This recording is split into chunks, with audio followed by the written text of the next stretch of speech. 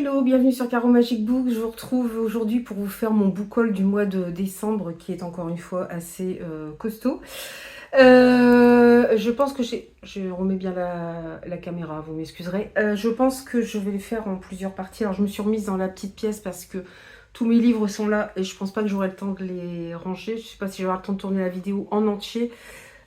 Il y aura peut-être une petite coupure, tout simplement parce que ça va être l'heure de sortie de l'école, donc enfin j'allais chercher mes enfants. Donc je vais commencer déjà par vous présenter les livres que j'ai reçus en service presse.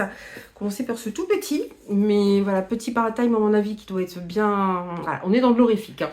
C'est Robert Slasher, Bloody Glove, c'est aux éditions Faute de Frappe, donc il m'avait contacté pour me l'envoyer. Et bah, on va être en plein dans un slasher roman, je sais pas comment on dit, comme un slasher movie. Voilà, avec un tueur, ouais, un peu voilà, hommage aux griffes de la nuit, Freddy Krueger, etc. Donc on est dans de l'horrifique pur. J'ai reçu quelques petits goodies en plus avec, un marque-page, tout ça. Ils vont sortir une intégrale aussi, des nouvelles, je crois, de Clive Barker. Donc voilà, il est tout petit, mais je pense qu'il a... Le format est rigolo, mais je pense qu'il va se lire très vite. Voilà. Mais on est dans de l'horrifique, hein, donc attention. J'ai reçu des éditions Naos, La Voix Dolorée, tome 1, Le Maître de l'Anarchie de Marie Fabre. On est dans, voilà, dans un univers un peu voilà, fin 19e siècle qui ressemble un petit peu à du steampunk. Je ne sais pas si on est vraiment dans du steampunk, mais ça y ressemble. On est en plein cœur de la révolution industrielle et les hommes exploitent ce qu'ils appellent l'oré, qui est un métal hors norme et miraculeux. Mais voilà, la prospérité est menacée depuis un moment et Hatcher, un jeune reporter, se lance sur la piste d'un assassin qui est un tueur en série. Donc je pense qu'on va être voilà, dans cette atmosphère un peu du Londres industriel. Je ne sais pas si ça va être du steampunk, mais j'ai vu les premiers retours, ils sont excellents, j'ai hâte de me plonger dedans. Il sort le 22 janvier. J'ai commencé à le lire parce que j'avais trop longtemps que j'ai envie de lire Esudem de Ingrid Roven avec qui je suis en partenariat cette année. C'est aux éditions Corde de Lune qui est une ME indépendante aussi. Là on est clairement dans une ambiance un peu witchy, un peu, bon là vous, vous doutez bien qu'on va parler du mythe de Méduse, un peu witchy, un peu mystérieuse, un peu gothique, et on va suivre une jeune femme, Cléa, qui vit dans un établissement, je pense, assez ancien. J'ai lu quelques pages, notamment, il recueille des jeunes filles. Bon, je ne vais pas vous en dire plus, surtout que j'ai juste commencé à le lire, mais bon, il y a un rapport avec Méduse et évidemment, je pense qu'on va venir leur nuire et les embêter. Je pense qu'il y a une portée assez féministe aussi dans ce roman fantastique. J'ai reçu aussi, l'auteur m'avait contacté directement, Le Verbe et la Volonté, tome 1, Mort sous les rochers du ciel de Olivier Brondel. Alors là, nous sommes dans un monde où la magie se fait rare et Alicia Strachey, une ambassadrice féerique, est envoyée par les communautés du Nord pour négocier l'adhésion d'une vallée magique isolée. Mais un meurtre interrompt la cérémonie de bienvenue et transforme cette mission diplomatique en enquête complexe. Isabelle Morillo, garde du corps et détective, se joint à la recherche du coupable, tandis que Timo Koskinen, un jeune mage, arrive pour terminer sa formation dans ce lieu exceptionnel. Voilà. Ça, j'ai été voir le compte de l'auteur et ça, j'avoue que ça m'avait beaucoup intriguée. Du coup, quand il m'a proposé de le recevoir en service presse, j'ai dit oui. Pareil pour celui-ci, où là on va être plus dans du jeunesse. C'est de Max Tarot, c'est La guerre du comte Margot Dupin et les jardins d'âme. Hop, j'ai le petit mot qui s'en va avec. Donc là on est plus dans de la jeunesse. On va suivre Margot Dupin qui a 15 ans et dont la vie bascule lorsqu'une fée de l'Alliance l'entraîne dans l'au-delà.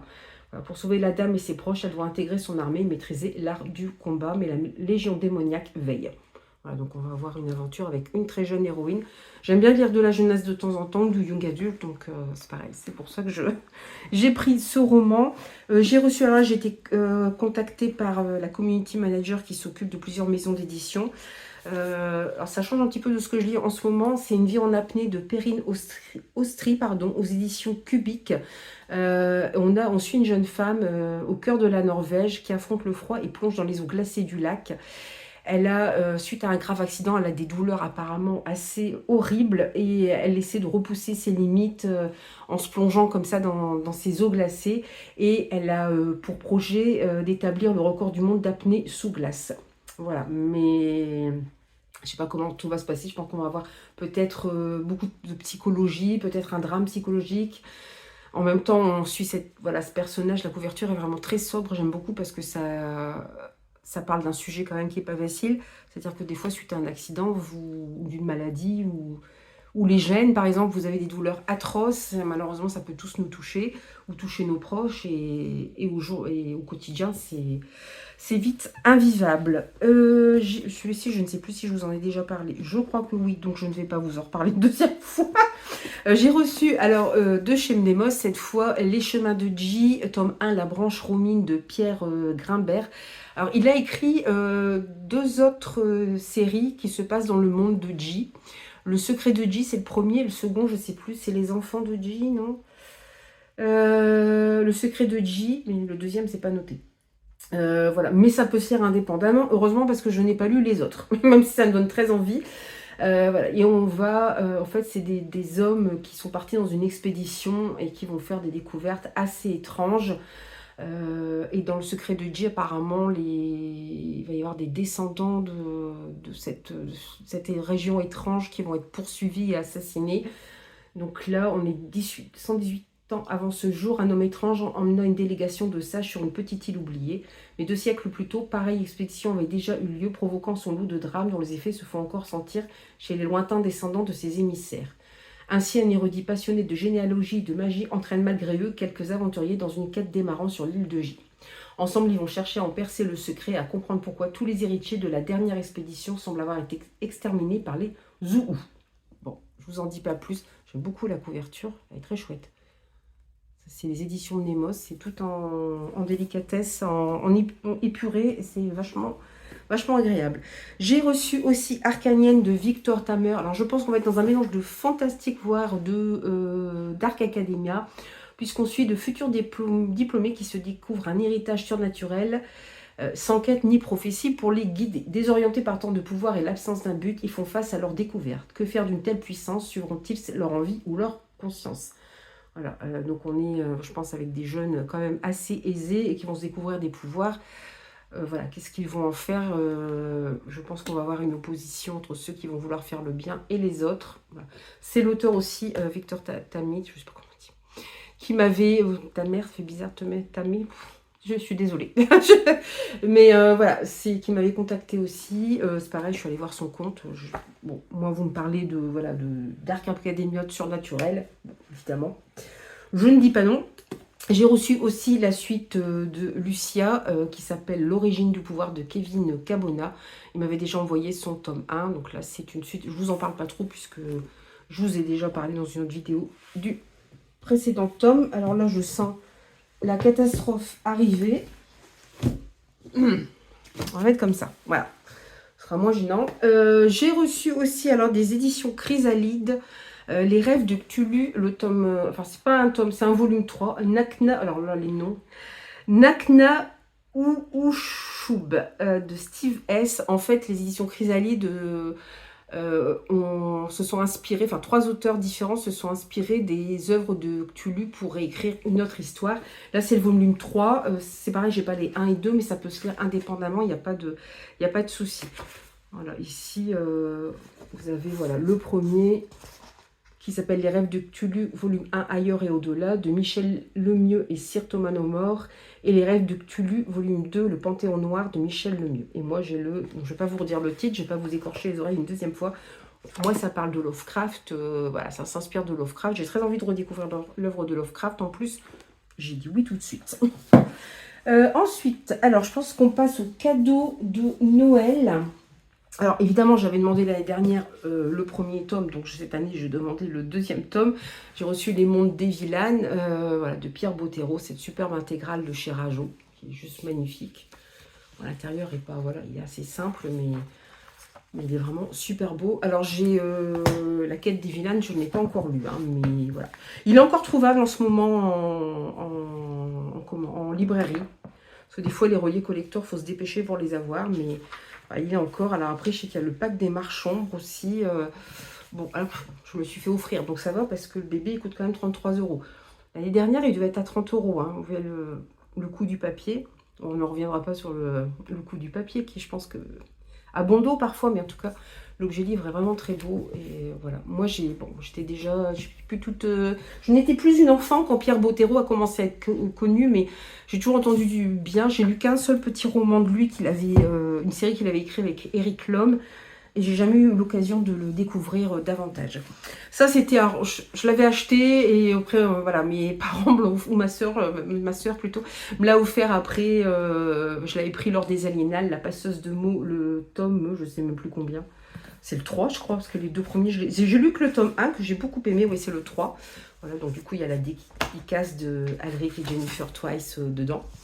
Voilà, c'est chez Hachette, et voilà. J'espère pouvoir... Le problème, c'est que c'est des briques comme ça à chaque fois. J'ai adoré le tome 1, j'ai pas encore lu la suite, mais bon, c'est des briques. J'ai pareil le tome 1 dans ma palle, donc voilà, j'ai demandé le tome 2, comme j'avais le tome 1 en hardback, bah, j'ai demandé le tome 2 en hardback, évidemment. C'est les enfants. Alors je sais plus, c'est la trilogie des monstres, je crois le titre exact.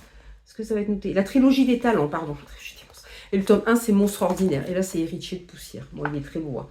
Il est très beau, mais bon, je vais me calmer aussi sur les hardbacks. Bon, là, c'est en cadeau, donc ça va. Du coup, je ne sais même plus. Ça, c'était... Bon, les deux premiers, c'était mes parents et ma sœur. Ça, c'est mon mari. Sachant que j'ai eu de l'argent en plus. Hein, donc, je ne dis pas que je vais tout claquer dans les livres, mais voilà, j'ai eu de l'argent en plus. MJ Miro. Et puis aussi, par mon mari, pour Noël, j'ai reçu la suite du Faucheur de sorcières, enfin Witchwalker. Alors, c'est vrai que j'avais quelques réserves sur le livre après l'avoir lu. Je pense qu'il y a des lourdeurs syntaxiques qui sont dues plus à la traduction qu'autre chose. J'aime pas trop frapper sur les traducteurs, mais là, on sent que c'était pas hyper travaillé. Mais après avoir refermé le tome 1, après plusieurs jours, il m'a quand même marqué. Donc, c'est vrai que je voulais quand même la suite. Donc, comme mon mari m'avait offert pour la fête des mères le tome 1 dans ce magnifique relié collector, bon, j'ai demandé, voilà, le 2. J'espère qu'il n'y en aura pas 36. Ce sera une trilogie, ça m'arrangerait. Parce que je veux me calmer sur les collectors et bon, ça coûte de plus en plus une blinde. C'est vrai que ce qu'il faut, c'est chez Bookmark, leur collection Lost Kingdom, c'est juste magnifique, mais voilà, c'est superbe, hein, mais voilà, faut se calmer un petit peu. Bon, là, c'est dans le cadre d'un cadeau aussi. Puis vous voyez, voilà, vous avez, en plus, vous avez des coquilles, des fautes. Attention, ce livre contient ces trigger warnings, des situations sexuelles explicites, du langage adulte, des violences graphiques, des meurtres et... C'est marqué D de la violence. D de la violence, voilà. Sur des volatiles. Alors, je regarde volatile, je regarde mon mari, il n'y a pas un E au bout de volatile, enfin ES, quoi. D'ici, donc il manque le E. Vous voyez un petit peu des petites fautes d'orthographe comme ça, coquilles, fautes d'orthographe. Bon. Donc, je pense que si le récit parfois manquait un petit peu de rythme et que Et par moments, j'étais un petit peu perturbée parce que, voilà, ils sont tous les deux en train de traverser une forêt très hostile et très très froide dans le premier. Et à un moment, on ne sait pas s'ils sont au bord de la rive, s'ils sont dans la forêt, encore sur leur poney. Voilà, c'était un peu, par moments, voilà, un peu étrange. Mais en même temps, il m'a marqué ce livre quand même. Donc, je voulais avoir la suite. J'espère que ce sera une trilogie, qu'il n'y en aura pas plus. Et puis voilà. Et, non, et je sais qu'il y a beaucoup de gens qui, du coup, l'ont arrêté, n'ont pas continué parce qu'ils avaient été un petit peu perturbés, effectivement, par le livre. Et moi, je me demande si c'est pas un petit problème effectivement de traduction, mais bon, après Bookmark, c'est vrai qu'ils en sortent beaucoup, je suis pas la seule à le dire, je crois, donc à voir.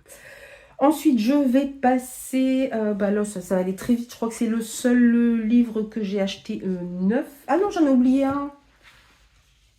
J'en ai oublié d'autres que j'ai reçus en service presse. Ah bah si, attendez, j'en ai oublié en service presse. Celui que je viens de terminer d'ailleurs hier soir, Beryl Moncade, tome 1, Les Marqués de Casparan, de Daphné Lavenne aux éditions Sharon Kenna. Sharon Kenna, c'est une petite maison d'édition, indépendante aussi, voilà, qui font beaucoup de la romantaisie et toujours tentée quand même par certaines de leurs histoires. Et là, l'autrice cherchait des chroniqueurs. Donc je me suis dit, bah allons-y, j'aime bien lire de temps en temps de la romantaisie et voilà, ouais, un peu young adulte quand même. Mais vraiment une très agréable lecture qui fait du bien, avec des relations, alors pas toujours faciles, hein, on est quand même, voilà, c'est des jeunes qui vont devenir adultes, qui vont devoir affronter plusieurs choses, mais pas toxiques, voilà. Pas de... Il y a quelques scènes de smut, mais elles sont pas hyper détaillées, ça rentre un petit peu dans je veux dire, dans le cadre du récit. C'est un petit peu normal vu les sentiments qui unissent certains des personnages. Et ça se fait tout naturellement. L'héroïne est assez libre et c'est voilà, c'est pas toxique, c'est pas voilà, j'ai beaucoup aimé. C'est vraiment une bonne lecture. Mais je vais pas recommencer à vous en parler. Je vous en parlerai davantage dans un point lecture.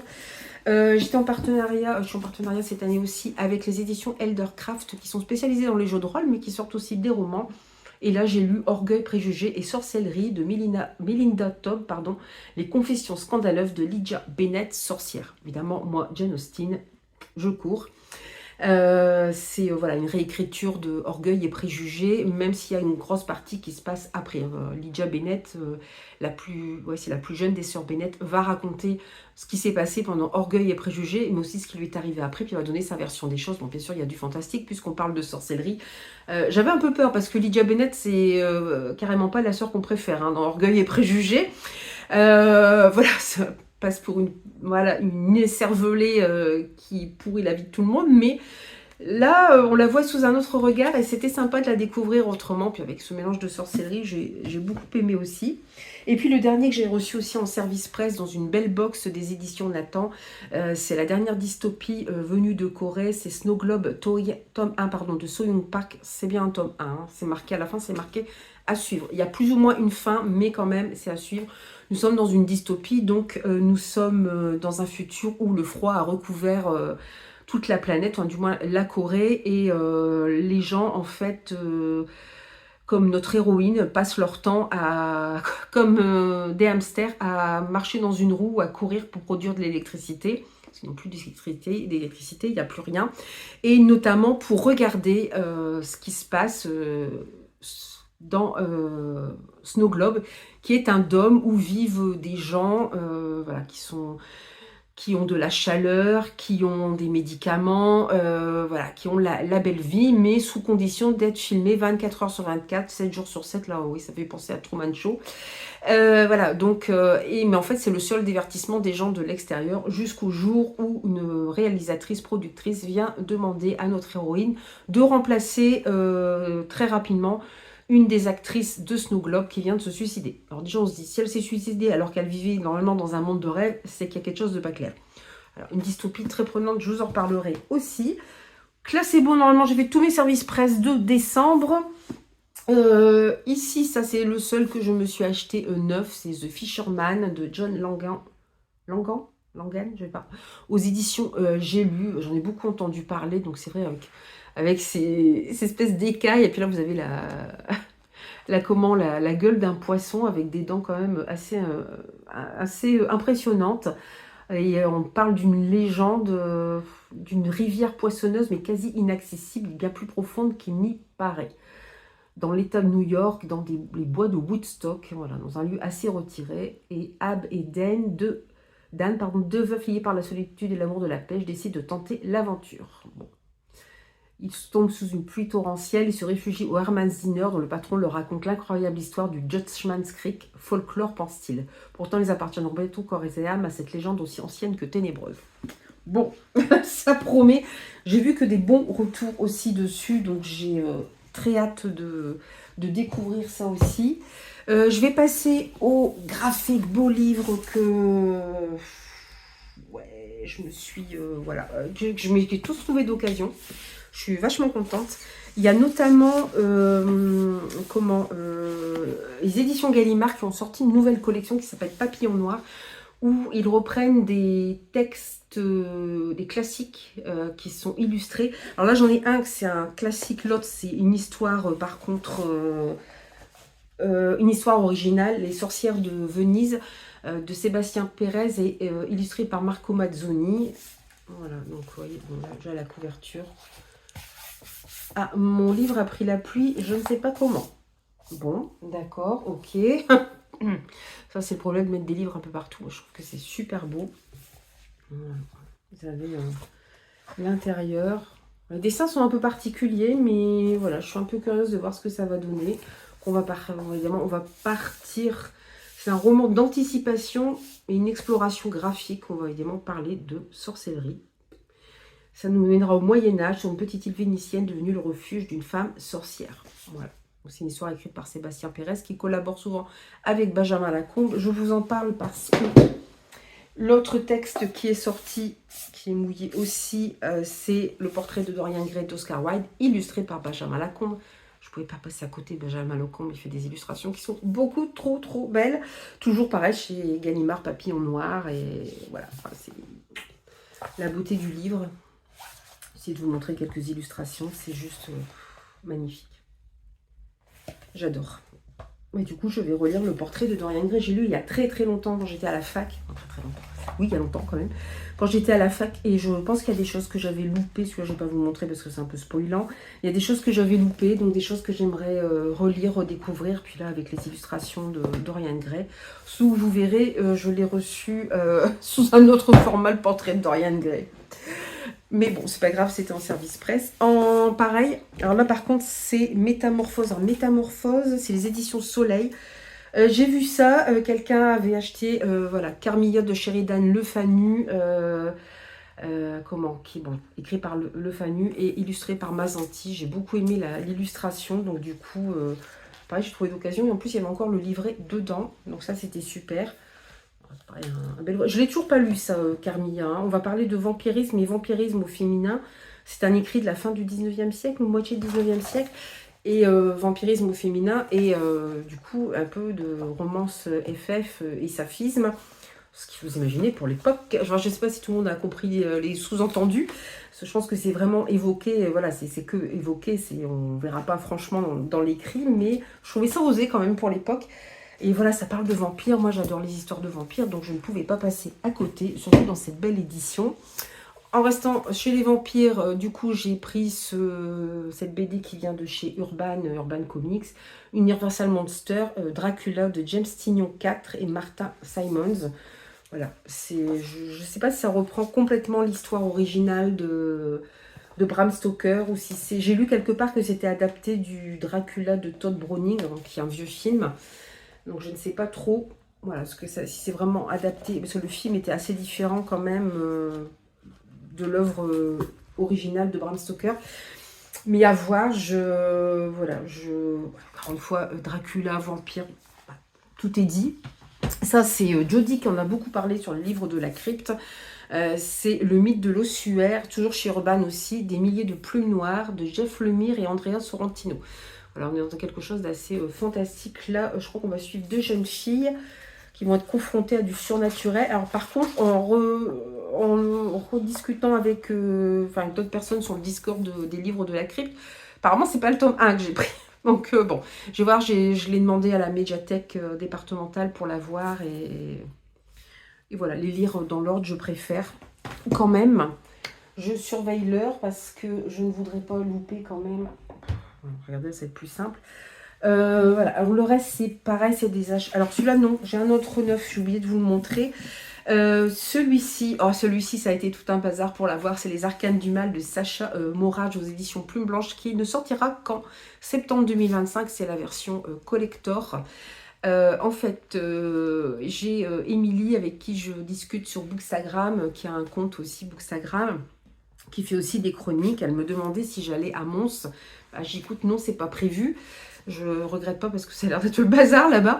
Et elle voulait Les Arcanes du Mal. Là, ouais, moi aussi, ça m'intéresserait de la voir. Et en fait, elle est en contact avec un auteur qui y était, qui a dit, bah, je vous prendrai. Voilà. Et quand j'ai vu comment ça se passait au Festival de Mons, hein, c'est en Belgique, quand j'ai vu comment ça se passait au stand des éditions Plume Blanche, je me suis dit, mais c'est pas possible, il va pas pouvoir quitter son stand et faire la queue pendant je sais pas combien de temps. Et encore, je crois qu'il était sold out dès le samedi, hein. Ça dure samedi, dimanche. Enfin, il y a plein de livres de chez Plume Blanche qui étaient épuisés dès le samedi. C'est impossible. Et puis Émilie me dit, si, je te l'envoie. Je suis pas mince, comment il a fait? En fait, son éditrice était déjà sur place avant l'ouverture des portes du salon. Donc, elle est allée chercher tout de suite les livres. C'est comme ça, parce que sinon, c'est vrai que Plume Blanche avait dit en story, les Hunger Games sont ouverts, mais c'était ça. C'était une horreur. Je sais qu'il y a des gens, ils ont juste pris les livres sur les éditions Plume Blanche, les stands des éditions Plume Blanche, ils n'ont pas fait signer. Je vous parle que de Plume Blanche, ça a été comme ça pour plein d'autres maisons d'édition. Donc je crois que Mons, je m'étais posé la question d'y aller, mais ça n'a pas l'air super organisé. Donc bon, Du coup, je crois que je vais m'en passer. Du coup, je l'ai déjà lu en lecture commune avec Émilie. Je vous en reparlerai aussi. Donc le reste, c'est bien du normalement, si je ne me trompe pas, force, je sais plus. Celui-ci, je vous ai fait, si tout va bien, la vidéo est sortie du monde de Kera. Donc le monde de Kera qui a été écrit après Les Gardiens d'Apophis, qui se passe dans le même univers. Donc là, c'est de Hervé Deveau. C'est le tome 1, Renaissance. On va suivre une jeune femme voilà, qui vit sous la coupe d'êtres surnaturels, qui eux-mêmes vivent cachés des êtres humains.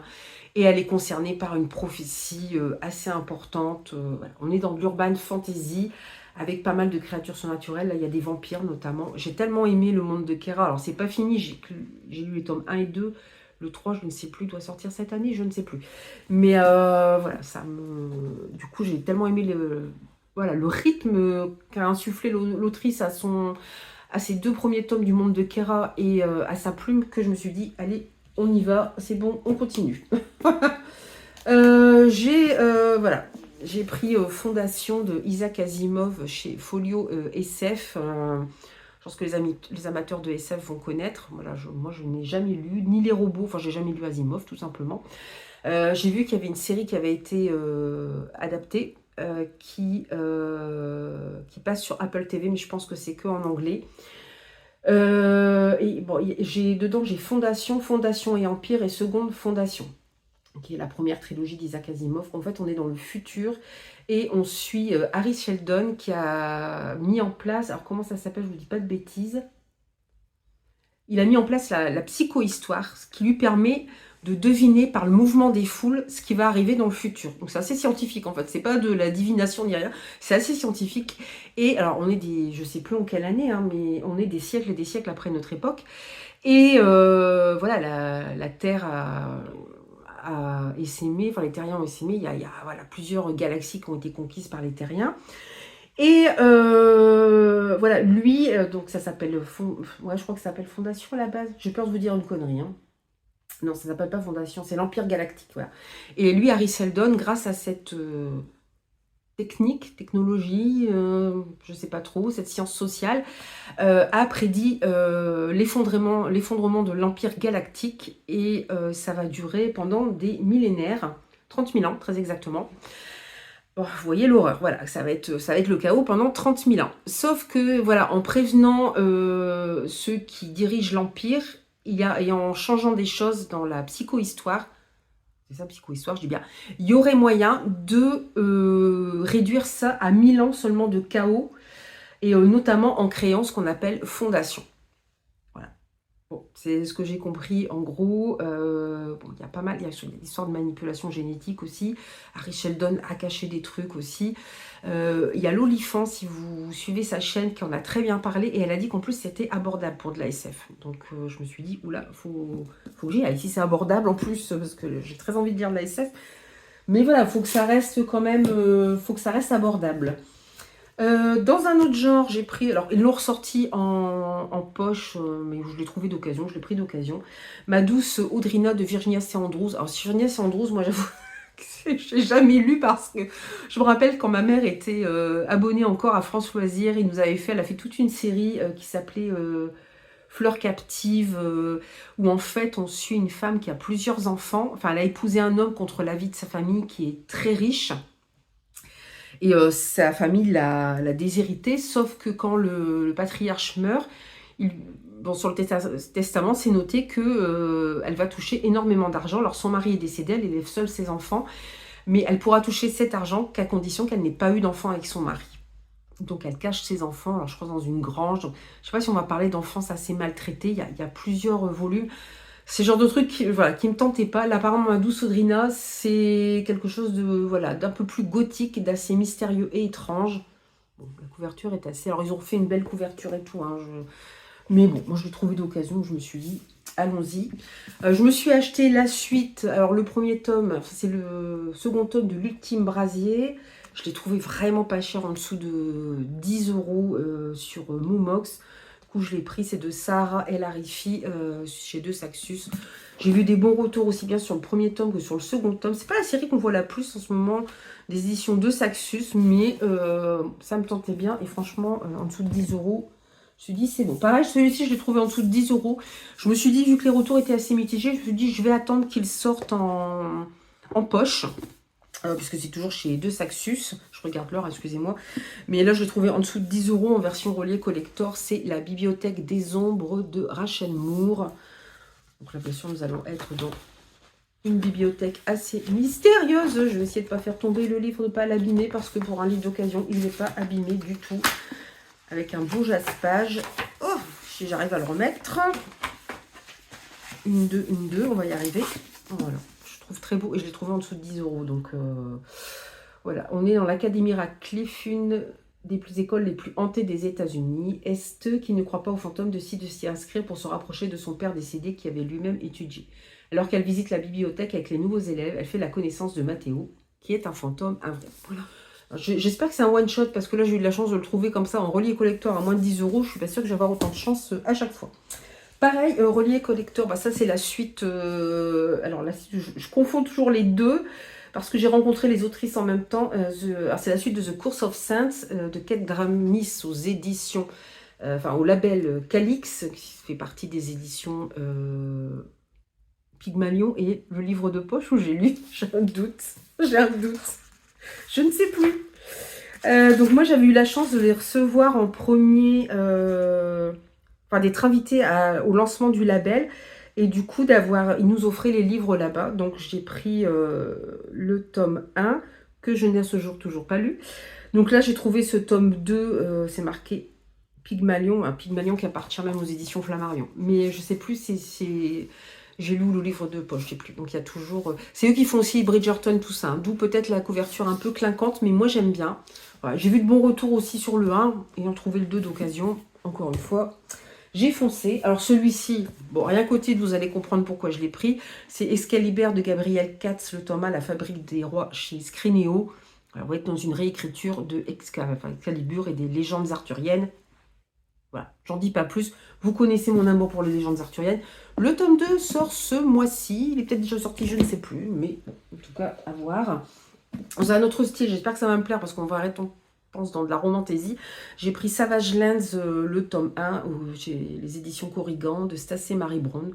Je l'ai trouvé pas très cher non plus. Donc, encore une fois, j'en ai profité. On est dans un monde où les hommes et les elfes sont pas trop d'accord. Je crois qu'il y en a une partie qui vit... ils vivent chacun dans une partie de la ville et il y a une jeune humaine qui va être capturée par des elfes. Alors, j'espère que c'est pas trop toxique. On m'a dit qu'il y a quand même pas mal de scènes de smut, mais je sais pas pourquoi j'ai quand même envie de le lire. Je sais pas. On a des idées comme ça et puis on n'arrive pas à s'en passer, à passer outre. Bon, je verrai bien si ça me plaît. Ensuite, je vais essayer de vous les mettre quand même.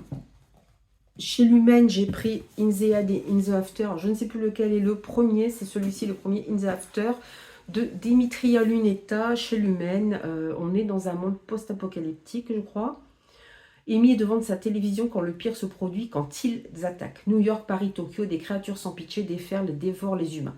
Personne ne sait d'où ils viennent, mais une chose est sûre, la population de la planète décroît dramatiquement en quelques jours à peine. À l'abri de la grille électrifiée de sa maison, Amy parvient à leur échapper. Mais pour combien de temps? Voilà, on est du post-apo. Pareil, j'ai vu de bons retours. Ils sont sortis en poche, je crois, tous les deux. Voilà, je les ai trouvés vraiment pas très chers en grand format. Donc c'est pour ça que je les ai pris. J'ai trouvé celui-ci aussi, je me rappelle à sa sortie, il m'avait beaucoup tenté. La voleuse de ballon de Anissa Marufus, c'est chez Stardust, où on va suivre Khadija qui a 16 ans et qui décide avec son père qu'elle est en âge, enfin son père décide surtout qu'elle est en âge de se marier. Mais la jeune Gadéane refuse qu'on lui impose comment vivre sa vie. Gadéane, alors je suppose que c'est le nom d'un peuple, je suis pas sûre. Alors quand son cher abat lui présente son prétendant sans est trop, elle vole un ballon et s'enfuit dans les airs. Elle qui n'a piloté de montgolfière qu'en rêve ou dans les livres. Voilà, donc avoir joué la couverture très belle. Ça avait fait à l'époque, il y avait eu une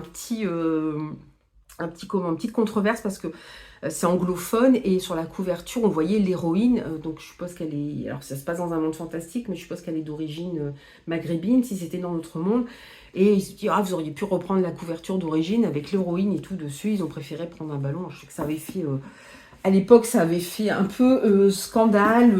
Bon, puis bah, il y avait des gens qui avaient noté, bah vous pourriez pas refaire la couverture. Bah non, le truc il était parti en impression, c'était un peu compliqué. Bon, voilà. Alors, celui-ci, Bonne nuit, mon ange, de Aimé Maulois aux éditions Escale. Ah oui, non, non, c'est pas celui-là que j'ai... C'est celui-là que j'ai acheté 2 fois, une fois en poche, une fois en grand format, je ne sais plus. On va suivre un psy qui recueille les secrets de ses patients, mais il n'est pas seul à écouter. On est dans du policier. Ne vous cassez pas la gueule les livres, j'en parle pas plus que ça parce que j'ai déjà pas mal de choses et le temps passe. Alors celui-ci, à la base, je vais le recevoir par le biais d'un groupe sur Insta qui met en avant tout ce qui est culturel et notamment des livres. Ils m'ont contacté pour me proposer le livre, je ne l'ai jamais reçu, je leur avais envoyé un message, jamais eu de réponse. Donc je l'ai trouvé d'occasion, c'est de Fabien Clavel, c'est tiré d'un jeu de rôle ou un jeu de vidéo, je ne sais plus. Vous saurez peut-être me dire en vidéo, en commentaire, c'est Légende des mondes d'Aria, tome 1, Le Serment des runes. Voilà, bon, c'est de l'héroïque fantasy, c'est chez Nathan aussi. Et du coup, ça me tentait beaucoup, j'aime beaucoup la plume de Fabien Clavel aussi, d'après l'univers créé par Fibre Tigre. Alors, est-ce que ça va être noté si c'est tiré d'un jeu de rôle? C'est marqué que c'est voilà, tiré d'un univers de fantasy, mais c'est tout. Donc je ne sais pas si c'est un jeu de rôle ou un jeu vidéo. Mais n'hésitez pas à me le dire si vous le savez en commentaire. Moi j'avoue, je ne m'en souviens plus. Mais voilà, on va suivre donc plusieurs personnages qui vont partir dans une quête. Hein. On est un peu dans quelque chose de classique, mais j'avoue que ça me tentait bien. Ensuite, j'ai pris Les Beaux et les Élus aux éditions La Talente, parce que je suis toujours tentée par ce que sort La Talente de Guy Nguivo. Je prononce certainement très mal.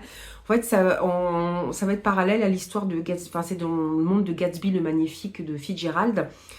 Sauf que là, ils ont inventé un personnage, une jeune femme qui est d'origine chinoise, je crois. Je ne sais pas si c'est japonaise, mais je crois que c'est chinoise, qui a été adoptée par une riche famille américaine et qui on va voir le monde de Gatsby magnifique, de ces très riches américains qui se perdent dans des fêtes et compagnie. Et on va tout suivre par son regard. Donc voilà, je suis curieuse de voir ce monde par ses yeux. Et je ne sais pas si vous avez vu le film ou lu le livre Gatsby le Magnifique, c'est quand même assez tragique, quoi. Faut dire ce qu'il y est, c'est pas super joyeux.